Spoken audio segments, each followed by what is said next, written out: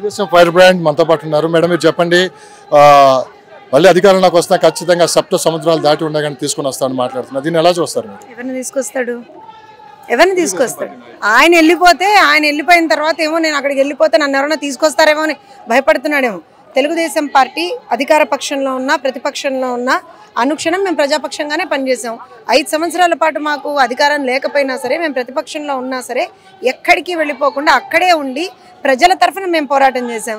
నీలాగా రోజుకోసారి బెంగళూరు పారిపోవడమో, నీలాగా రోజుకోసారి ఇంకెక్కడికో పారిపోవడమో, లేదా రోజుకోసారి ఒక రికార్డెడ్ ప్రెస్ మీట్ వారానికోసారి ఇవ్వడమో అది కాదు కదా తెలుగుదేశం పార్టీ చేసింది.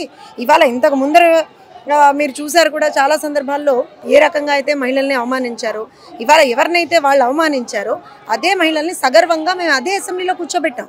మీరు తీసుకోండి, ఎవరైనా తీసుకోండి, అనిత గారిని తీసుకోండి, సవిత గారిని తీసుకోండి, గౌత్ శిరీష్ గారిని తీసుకోండి, సౌమ్య గారిని తీసుకోండి, లేదా బండారు శ్రావణి గారిని తీసుకోండి, పరిటాల సునీతమ్మని తీసుకోండి, ఎంతమంది పేర్లు చెప్పమంటారు?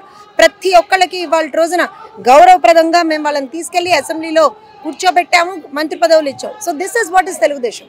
సో ఏమంటారంటే అధికారం పోయిన తర్వాత మతి భ్రమించిందేమో నా అంచనా అయితే, అందుకే అలా మాట్లాడుతున్నాడేమో అనిపించింది నాకైతే. సో ఈ ఫైర్ బ్రాండ్ కి ఒక ప్రత్యేకమైన పదవి రావాలని చెప్పి అభిమానులు కోరుకుంటున్నారు. మీరు ఎప్పుడు తీసుకోబోతున్నారు? తెలుగుదేశం పార్టీ కార్యకర్త అనే దానికన్నా మించినటువంటిది ఏదీ లేదు, అది గుర్తుపెట్టుకోండి. అంతకు మించినటువంటి పదవి ఇంకేది ఉండదు.